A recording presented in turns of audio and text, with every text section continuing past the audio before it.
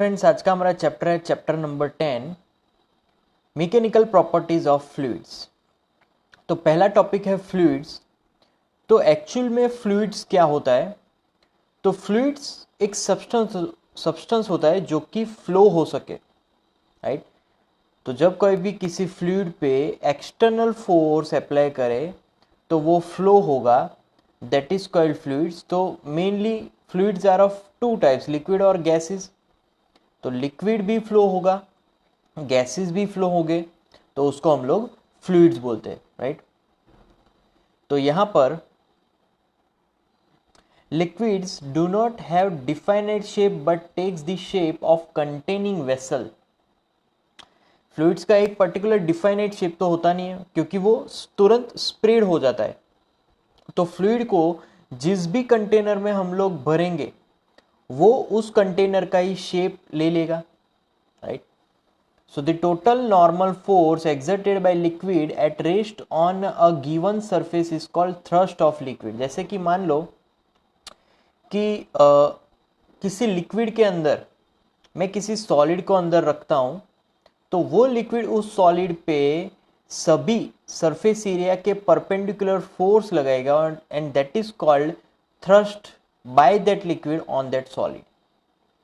अब थ्रस्ट एक प्रकार का फोर्स ही है, बट वो फोर्स सरफेस के नॉर्मल लगता है, तो वो फोर्स होने की वजह से उसका ऐसा यूनिट होगा न्यूटन।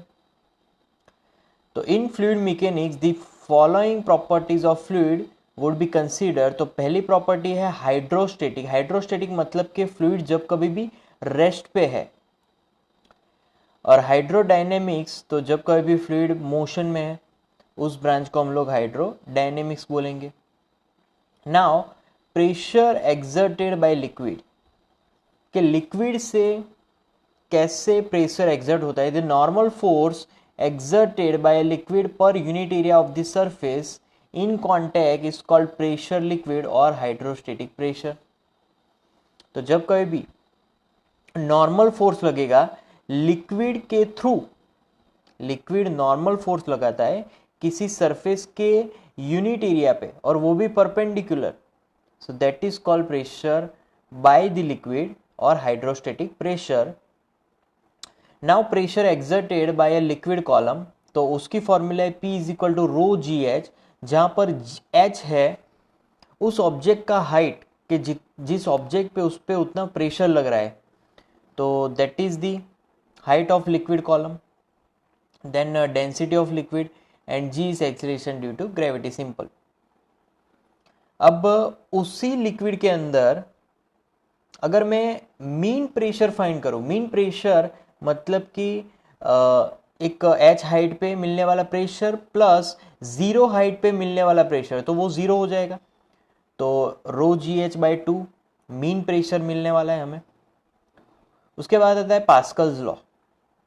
तो पास्कल्स लॉ में the increase in pressure at a point in the enclose liquid in equilibrium is transmitted equally in all direction in liquid and to the walls of the container. मान लीजिए कि हमने एक vessel में, एक container में एक लिक्विड भर दिया, तो आप उस लिक्विड में जो भी हाइट पे प्रेशर फाइंड करोगे, तो उस हाइट पे हॉरिजॉन्टली वो प्रेशर कांस्टेंट रहने वाला है। सो पास्कल्स लॉ यही इंडिकेट कर रहा है कि यहां पर हाइट के अकॉर्डिंग प्रेशर चेंज होगा, but on the same level pressure remains constant.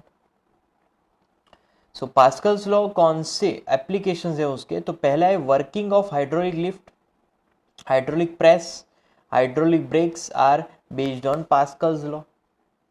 तो ये सारे जितने भी मशीन्स है पास्कल्स लॉ पर ही बेस्ड है। देन आता है atmospheric pressure. So the pressure exerted by the atmosphere on earth is atmospheric pressure। Simple, हमारा जो एटमॉस्फेयर है वो हम पर भी प्रेशर एक्सर्ट करता है, क्योंकि एटमॉस्फेयर भी एक प्रकार का फ्लूइड है और वो फ्लूइड हम पर भी प्रेशर एक्सर्ट कर रहा है, राइट। और एटमॉस्फेरिक प्रेशर अप्रोक्सीमेटली 10 यहाँ पर 5 न्यूटन पर मीटर स्क्वायर होगा। So it is equivalent to a weight of 10 tons on 1 meter square। Okay, तो सी लेवल पे एटमॉस्फेरिक प्रेशर लगभग 76 सेंटीमीटर ऑफ मर्क्यूरी कॉलम होगा, right. Then atmospheric pressure is equal to rho G H. अब values अगर रखे अंदर तो 76 that is the height, then D that is density of water, and G that is gravitational acceleration, right. तो यहाँ पर value fix मिलेगा। तो atmospheric pressure is also measure in torr and bar, तो ये उसके दूसरे यूनिट है, right. So 1 torr is equal to 1 millimetre of mercury column. अब ये 1 मिलीमीटर मीटर में कैसे आया, तो यहाँ पर जब कभी भी मिलीमीटर 760 उसके फॉर्म में होगा तो हमें समझ जाना चाहिए कि वो एटमॉस्फेरिक प्रेशर के फॉर्म में दिया है। Then 1 bar is equal to 10⁵ pascal, ये भी एक कन्वर्जन है, राइट। उसके बाद aneroid barometer is use to measure atmospheric pressure. Mainly हम लोग एटमॉस्फेरिक प्रेशर फाइंड करने के लिए एनेरॉइड बैरोमीटर यूज करेंगे। उसके बाद है बायोन्सी। जब कभी भी हम किसी ऑब्जेक्ट को लिक्विड के अंदर पार्शियली या फिर फुल्ली डुबा देते हैं, तब वो लिक्विड उस सॉलिड उस बॉडी पे फोर्स एक्सर्ट करता है which is upward direction, that is called buoyant force, और simply that phenomenon is called buoyancy. तो आपने ये एक प्रैक्टिकली फील किया होगा कि जब कभी आप कोई पत्थर है उसको आप ऐसे ही पकड़ोगे नॉर्मली अपने हाथों से, और उसी पत्थर को पूरा पानी में डाल के पकड़ोगे तो पानी में आपको उसका वेट कम लगेगा, क्योंकि पानी एक एटमॉस्फेयर से डेंसर मीडियम है। तो पानी उस पर बायोंट फोर्स ज़्यादा लगेगा जो कि अपर डायरेक्शन में होगा, वेट डाउनवर्ड डायरेक्शन में होगा, तो वो वेट को कम कर देता है क्योंकि फोर्स ऑपोजिट लग रहा है। तो इसीलिए पानी में वही ऑब्जेक्ट हमें हल्का लगता है। तो the बायोंट force acts at the center of gravity of the liquid displaced by the immersed part of the body, and this point is called center buoyancy।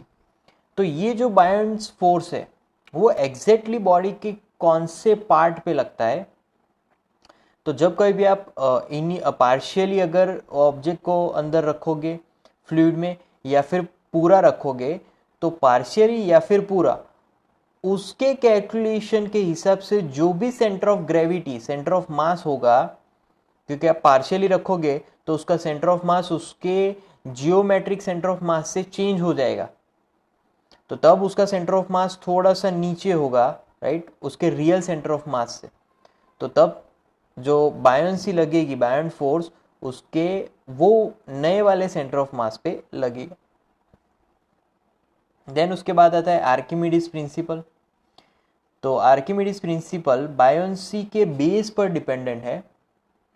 तो जब कभी भी बॉडी को पार्शियली या फिर फुल्ली लिक्विड के अंदर रखेंगे तो वहां पर उसका वेट कम हो जाता है, तो वहां पर उस पे इक्वल बायोंट फोर्स लगेगा जितना उसका वेट है, राइट। और वो वेट मतलब कि किसका वेट, तो जो भी लिक्विड उस बॉडी के आसपास डिस्प्लेस हो रहा है उसी के वेट जितना उस बॉडी पे बायोंट फोर्स अपर डायरेक्शन में लगने वाला है। तो यहाँ पर उसकी फॉर्मूला भी हम लोग देख लेते हैं कि अगर T is observe weight of the body, initial weight, density sigma when it is fully immersed in a liquid of density rho, then real weight of the body, तो real weight W is equal to T upon 1 minus rho upon sigma. तो यहाँ पर अगर मैं इस formula को फिर से लिखूँ तो W is equal to T upon 1 minus rho upon sigma. So ये उसकी फॉर्मूला होगी और इसी से हम लोग उसका जो वेट है वो फाइंड करेंगे। उसके बाद आता है लॉ ऑफ फ्लोटेशन। तो body will float in a liquid, तो the weight of body is equal to weight of liquid displaced by the immerse part of the body. तो यहाँ पर दोनों ही वेट सेम होंगे, मतलब कि जो बायोंट फोर्स है और वेट है बॉडी का दोनों सेम होगा, तो तब वो फ्लोट करेगा। तो यहाँ पर उसके भी 3 केस है कि कब सिंक करेगा, कब फ्लोट करेगा और कब वो एग्जैक्ट पानी के बीचों बीच रहेगा। So first W is greater than W। अब ये W और W क्या है, तो big W is weight of the body and small w is buoyant force. तो if weight of the body is greater than buoyant force then it will sink to the bottom of the liquid, पूरा डूब जाएगा क्योंकि wait बढ़ गया है buoyant force से।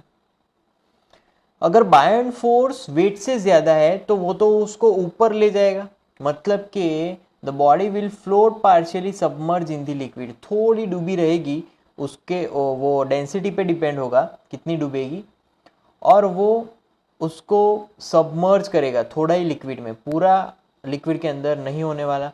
And then W is equal to W, मतलब कि वेट और बायंड फोर्स अगर सेम है then body will float in liquid if its whole volume is just immersed in the liquid। तो एक इक्विलिब्रियम पॉइंट पे वो बॉडी रेस्ट पे हो जाएगी पानी के अंदर, right. Now the floating body will be stable equilibrium if meta center of buoyancy lies vertically above the center of gravity of the body।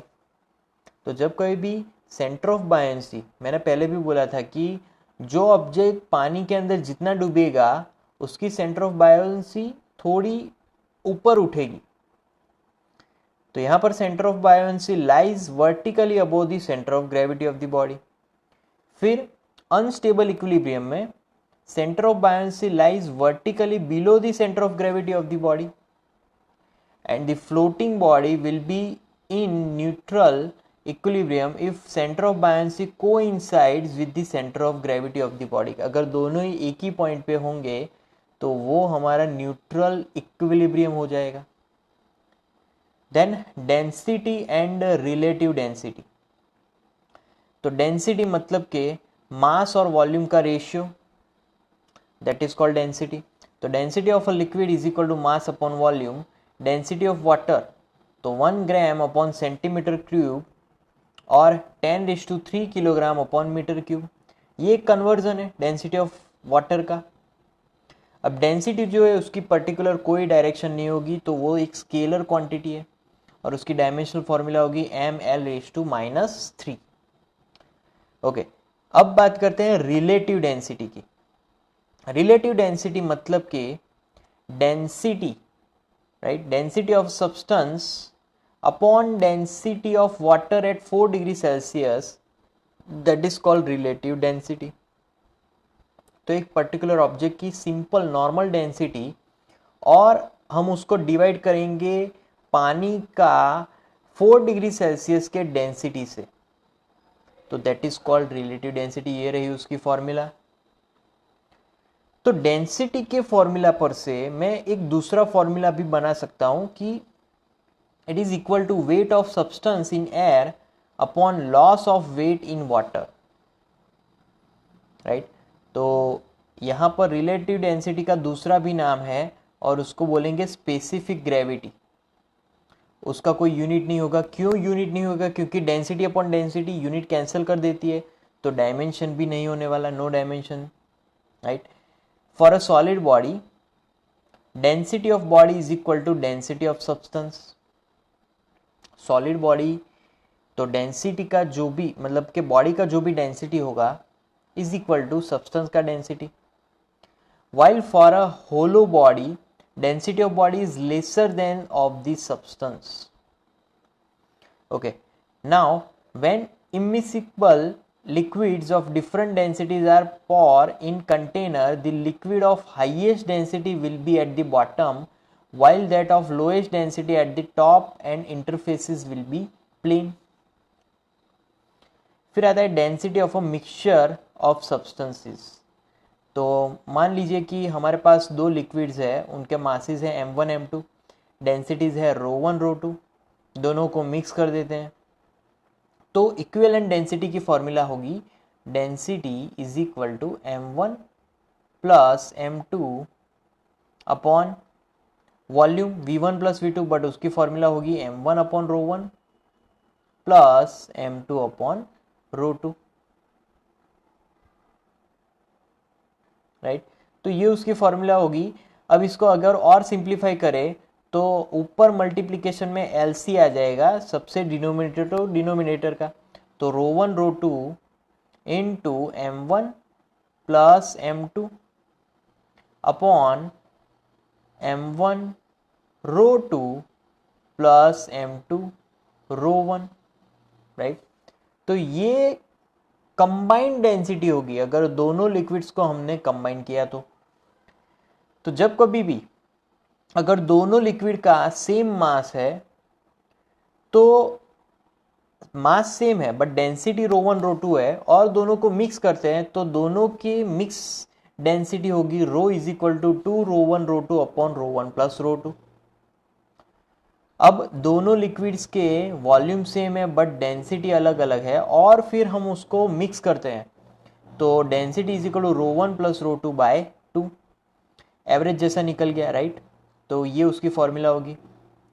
Then density of liquid varies with pressure, तो pressure के साथ density कैसे change होगी, तो rho is equal to rho zero bracket one plus delta rho upon K, जहाँ पर K है bulk modulus of elasticity of the liquid and delta rho that is change in pressure. तो यहाँ पर मुझे सिंबल चेंज करके delta P लिखना पड़ेगा क्योंकि वो हमारा प्रेशर है, राइट।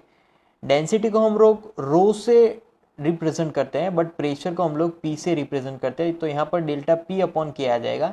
तो डेल्टा पी मतलब के चेंज इन प्रेशर, और यहाँ पर कैपिटल के मतलब के bulk modulus of elasticity of the liquid, right.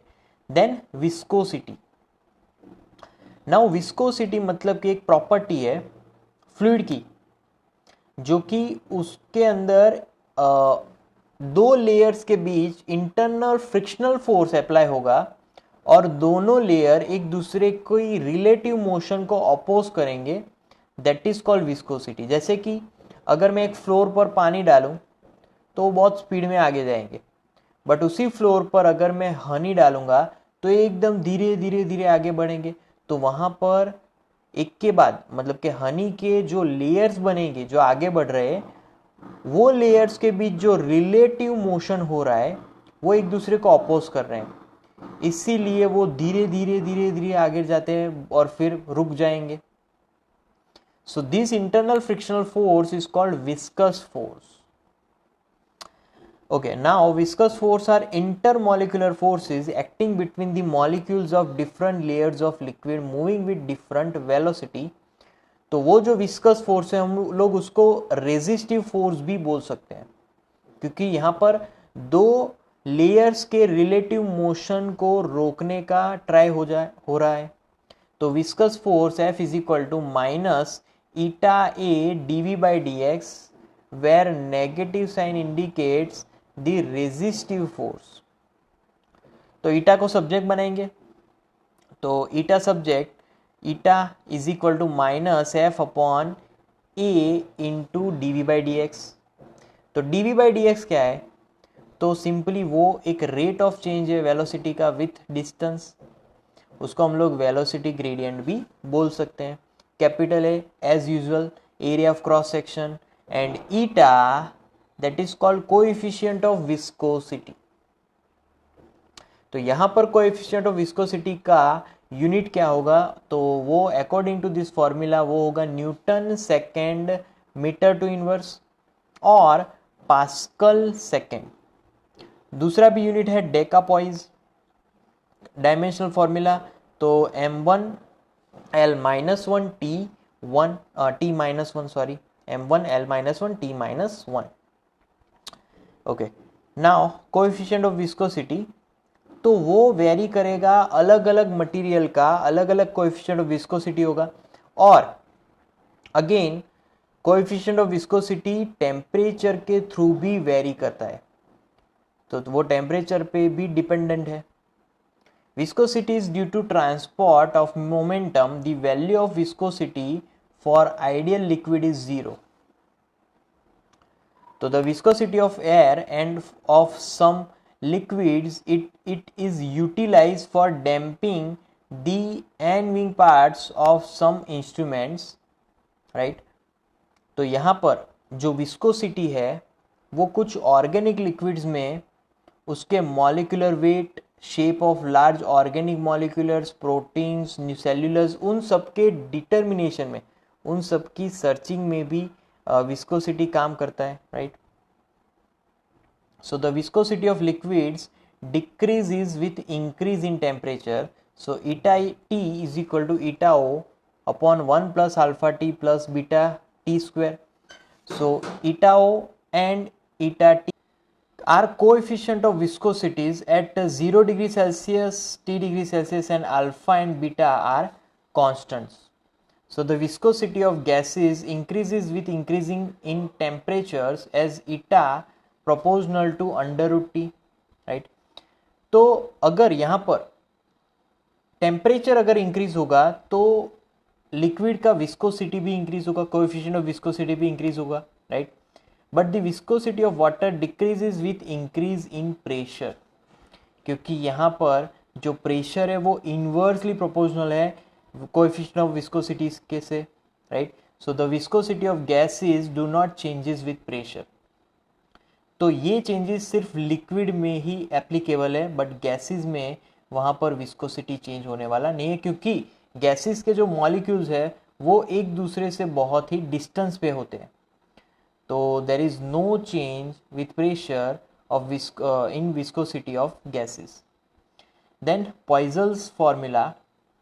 तो पॉइजन्स फार्मूला में the rate of flow V of liquid through a horizontal pipe for steady flow is given by V is equal to pi P R raised to 4 upon 8 eta L. तो यहाँ पर P है pressure difference across the two ends of the tube, R radius of the tube, and eta coefficient of viscosity, and L is the length of the tube, right? The rate of flow of liquid.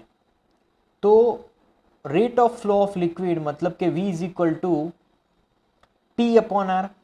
Now what is R? R is equal to 8 eta L upon pi R raise to 4 and that is called liquid resistance. तो P क्या होगा यहाँ पर? P होगा liquid का pressure.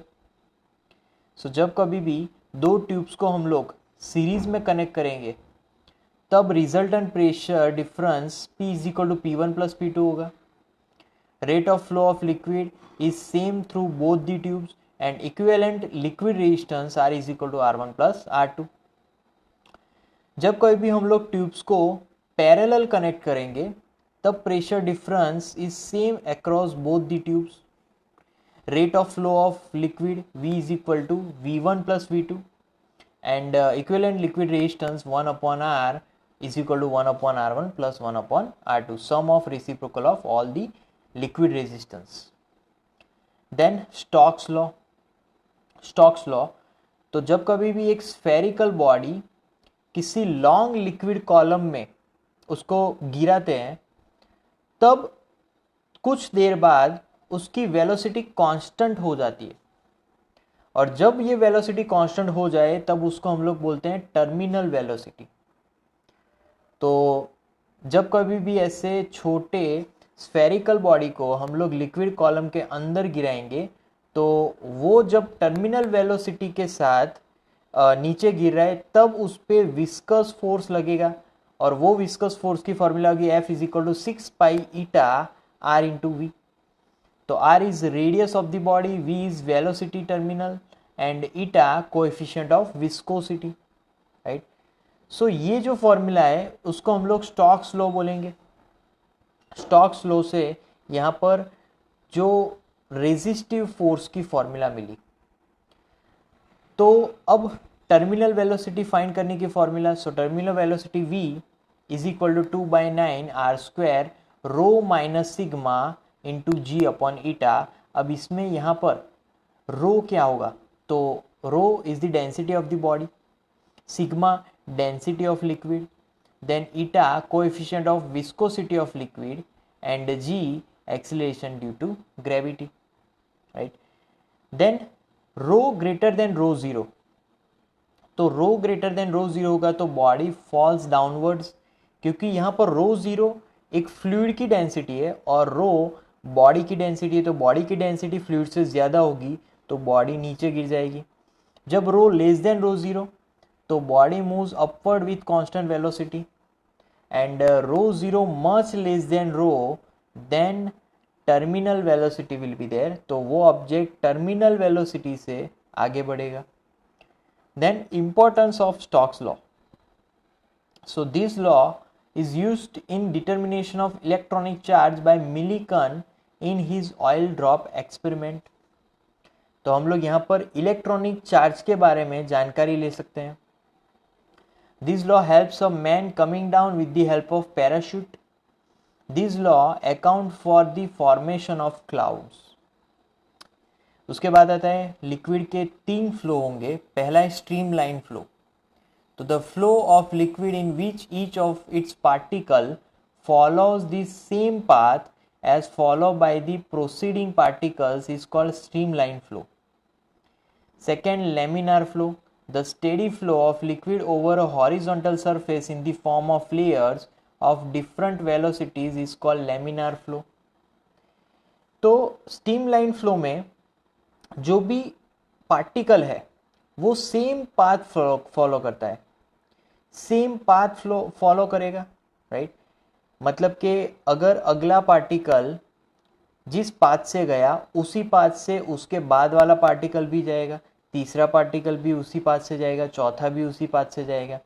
Laminar flow में एक point पे तो वेलोसिटी फिक्स रहेगी, बट पॉइंट वाइज उसकी वेलोसिटी डिफरेंट होगी, राइट। तो यहाँ पर पॉइंट वाइज जब वेलोसिटी डिफरेंट होगी उसको लेमिनार फ्लो बोलेंगे। मतलब कि लेयर वाइज उसकी वेलोसिटी अलग अलग होगी। जैसे कि हम लोग किसी फ्लूइड को फ्लोर पे गिराते हैं तो लेयर वाइज उसकी वेलोसिटी डिक्रीज होती है, राइट। तो that is called laminar flow. And turbulent flow, the flow of liquid with a velocity greater than its critical velocity is disordered and called turbulent flow. तो जब कभी भी कोई भी फ्लूइड फोर्स के साथ फ्लो होता है सो दैट इज टर्बुलेंट फ्लो। उसके बाद critical velocity. So the critical velocity is that velocity of liquid flow below which its flow is streamlined and above which is turbulent। मतलब के स्ट्रीमलाइन के नीचे और टर्बुलेंट के ऊपर, दोनों के बीच वाला फ्लो मतलब के क्रिटिकल वेलोसिटी वाला फ्लो। तो क्रिटिकल वेलोसिटी की फॉर्मूला होगी Vc इज इक्वल टू के ईटा अपॉन आर रो। तो यहाँ पर फॉर्मूला मैं लिख रहा हूँ K eta upon r into rho, right. तो यहाँ पर जो K है वो है Reynolds number, eta coefficient of viscosity of liquid, r radius of capillary tube and rho density of the liquid. Then बारी आती है रेनॉल्ड्स नंबर की। तो रेनॉल्ड्स नंबर मतलब कि एक प्योर नंबर। तो वो प्योर नंबर कैसे मिला? तो रेशियो होगा एक internal force per unit area और viscous force per unit area का।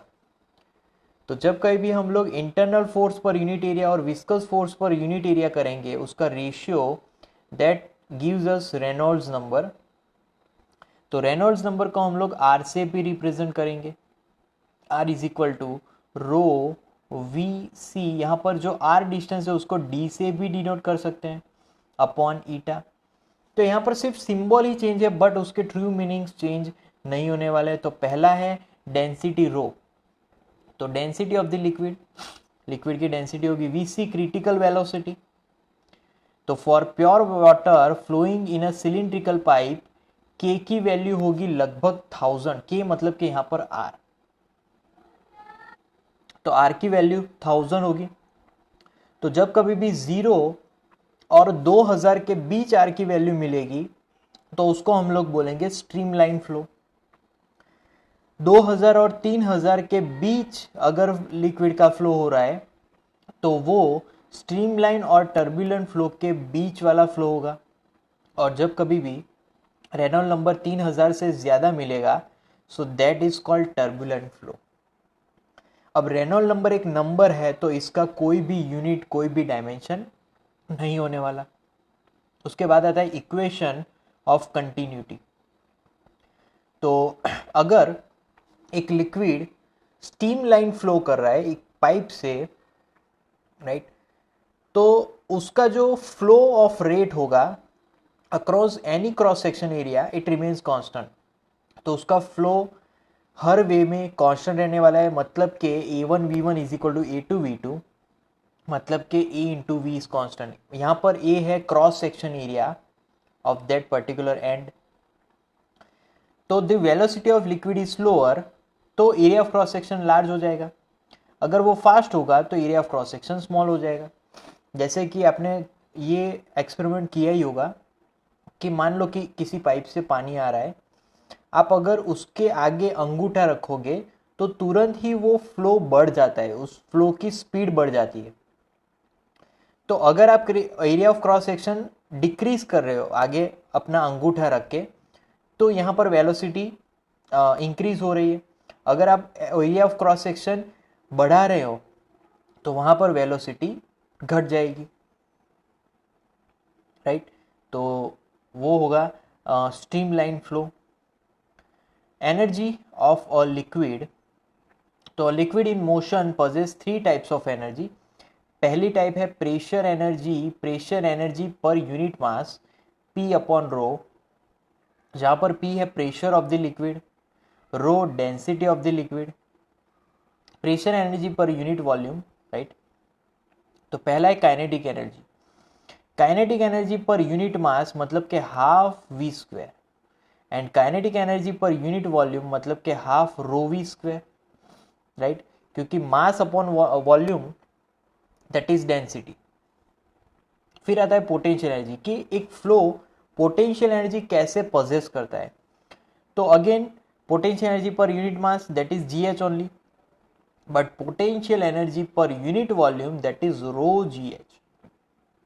तो यहां पर दो चीज जानने को मिली, per unit volume kinetic energy is half rho v square, potential energy per unit volume is rho GH। अब आता है बर्नौलीज थियरम। तो बर्नौलीज थियरम मतलब कि जब कभी भी कोई आइडियल लिक्विड कोई स्ट्रीमलाइन फ्लो कर रहा है तो उसका टोटल एनर्जी होगा sum of pressure energy, kinetic energy and potential energy per unit density.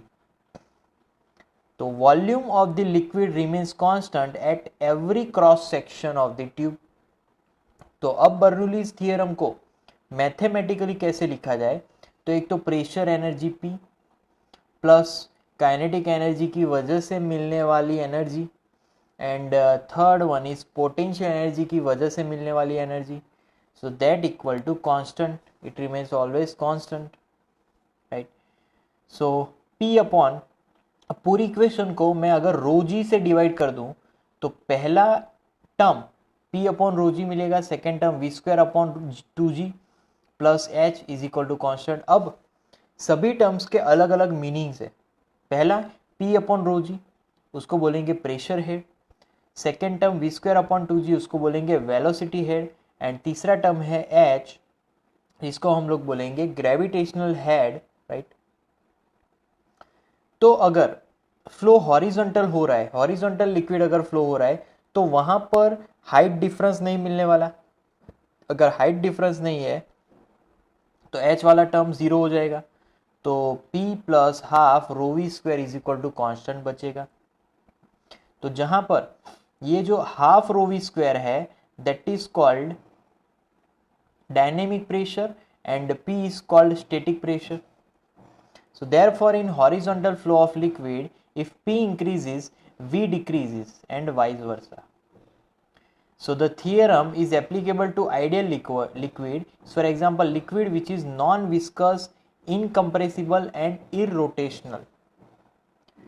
अब उसके बाद आता है एप्लीकेशंस ऑफ बर्नौलीज थियरम। तो पहला एप्लीकेशन है the action of carburettor, paint gun, sand sprayer atomiser insect sprayer is based on Bernoulli's theorem. जो भी स्प्रे इंजेक्ट करता है उन सभी में बर्नौलीज थियरम एप्लीकेबल है। The action of Bunsen burner, gas burner, oil stove, exhaust pump is also based on Bernoulli's theorem. Then after, motion of spinning ball, Magnus effect is based on Bernoulli's theorem. Blowing of roofs by windstorm, attraction between two close parallel moving boats, fluttering of a flag, etc. are also based on Bernoulli's theorem. तो ये सारे Bernoulli's theorem के applications हैं कि कहाँ practically उसका use हो रहा है। उसके बाद आता है वेंचुरीमीटर। तो वेंचुरीमीटर एक डिवाइस है कि जिससे हम लोग rate of flow of liquid, मतलब कि पाइप से हम लोग लिक्विड को फ्लो करवाएंगे। ये वेंचुरीमीटर भी एक बर्नौलीज थियरम का ही पार्ट है। तो rate of flow of liquid V is equal to A1A2 √2GH upon A1 square minus A2 square. अब A1A2 वो क्रॉस सेक्शन एरिया है between two ends of the pipe, so that is venturimeter. यहाँ पर उसकी figure भी दी गई है, right. तो A1A2 क्रॉस सेक्शन एरिया है, यहाँ पर ये और ये। So cross section of tube at broad end narrower part and H is the difference of height between the liquids. Then Torricelli's theorem. तो velocity of efflux, the velocity with which the liquid flows out orifice or narrow hole is equal to the velocity acquired by falling body through a same vertical distance equal to the deep orifice below the free surface of the liquid। मतलब कि यहाँ पर जितना भी liquid ऊपर ज़्यादा होगा उतना नीचे फोर्स ज़्यादा लगेगा, उतना ये ज़्यादा डिस्टेंस पे पानी फ्लो करेगा, उसकी रेंज ज़्यादा होगी। जैसे जैसे ये हाइट डिक्रीज हो रही है वैसे वैसे उसकी जो रेंज है वो भी डिक्रीज हो जाएगी और एक टाइम के आने के बाद वो बंद हो जाएगा। So that is velocity of efflux V is equal to √2GH। अब ये जो फॉर्मूला है V is equal to √2GH, ये एक इक्वेशन ऑफ मोशन में से आई, थर्ड इक्वेशन ऑफ मोशन, जहाँ पर H that is depth of orifice below the free surface of the liquid। अब उसी का अगर हॉरिजॉन्टल रेंज फाइंड करना है कि पर्टिकुलर H हाइट पे कितना हॉरिजॉन्टल रेंज होगा, तो S is equal to √4H bracket H minus H, right. तो H क्या है? Depth of orifice below the free surface of the liquid, कि जितनी ज़्यादा डेप्थ होगी उतना रेंज बढ़ेगा। और capital H that is the height of liquid column. तो यहाँ पर मेनली डिफरेंस ज़्यादा इफेक्ट करेगा। डिफरेंस जितना ज़्यादा है उतना ही हॉरिजॉन्टल रेंज ज़्यादा होगा। डिफरेंस जैसे जैसे कम होगा वैसे वैसे हॉरिजॉन्टल रेंज भी कम होगा। तो horizontal range is maximum equal to weight of the liquid column H when orifice is at half of the liquid of liquid column. Then कुछ पॉइंट्स है। In a pipe, the inner layer, central layer, have maximum velocity and the layer with pipe have least velocity। मतलब कि यहाँ पर जो भी surface के पास जो लेयर्स होते हैं उसकी वेलोसिटी बहुत ही कम होगी, क्योंकि वहाँ पर रेजिस्टिव फोर्स ज़्यादा लगता है। बट यहाँ पर मिड पोर्शन में वेलोसिटी ज़्यादा होगी क्योंकि वहाँ पर वेलोसिटी सबसे मतलब रेजिस्टेंस सबसे कम लगता है। Velocity profile of liquid flow in a pipe is parabolic, parabola बन रहा है, right? Solid friction is independent of area of surfaces in contact, while viscous force depends on area of liquid layers। तो यहाँ पर viscous force उसकी formula भी हमने देखा था 6π/RV, राइट। उसमें जो एरिया है, एरिया ज़्यादा डिपेंड करेगा, क्योंकि एरिया ज़्यादा होगा तो उसका विस्कस फोर्स भी ज़्यादा होगा, मतलब कि उस लेयर पे उस फ्लूइड का रेजिस्टिव फोर्स भी ज़्यादा लगेगा। A lubricant is chosen according to the nature of machinery. In heavy machines lubricating oils of high viscosity are used and in light machines low viscosity oils are used. तो machine का अगर area ज़्यादा है तो हमें उस हिसाब से लुब्रिकेटिंग ऑयल पसंद करना है. अगर बहुत ही ज़्यादा हैवी मशीन्स है तो वहाँ पर उसकी हाई विस्कोसिटी वाला लिक्विड यूज़ करना है, और मशीन्स छोटे हैं तो वहाँ पर लो विस्कोसिटी वाला ऑयल यूज़ करना है. So the cause of viscosity one liquids in the cohesive forces among their molecules, while cause of viscosity in gases is diffusion. So these are the some points.